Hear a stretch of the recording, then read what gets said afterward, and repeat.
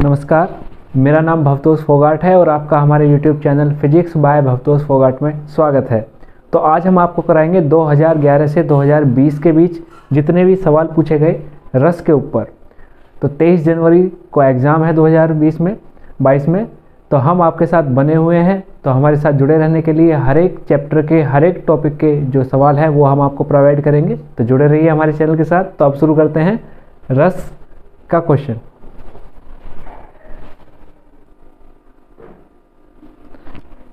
UPTET 2020 में पूछा गया कि इसमें कौन सा रस है।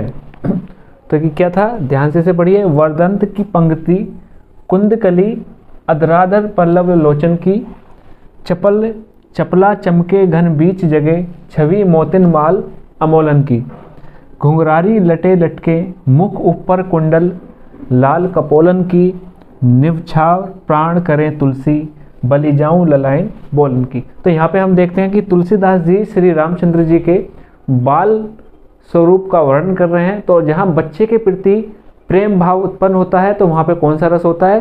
तो इसका सही आंसर है वात्सल्य रस।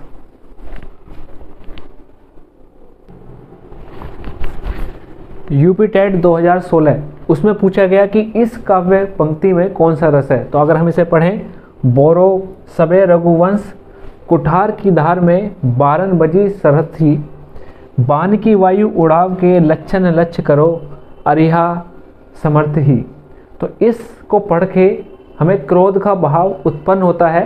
तो जब जहाँ पे क्रोध का स्थायी मतलब भाव आता है तो वहाँ पे कौन सा रस होता है? तो क्रोध के लिए होता है रौद्र रस। तो इसका सही आंसर है ए।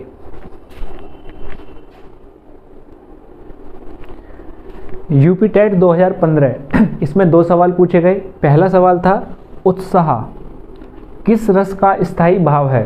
तो उत्साह हम जानते हैं ये हमारा वीर रस का स्थायी भाव है। दूसरा श्रृंगार रस। श्रृंगार रस कहाँ होता है? जहाँ पे जब हम फिल्म देखते हैं, कोई नाटक जहाँ नायक और नायिका के प्रेम का बोध होता है, तो श्रृंगार रस का जो स्थायी भाव होता है वो होता है रति। तो 2 सवाल पूछे गए थे 2015 में।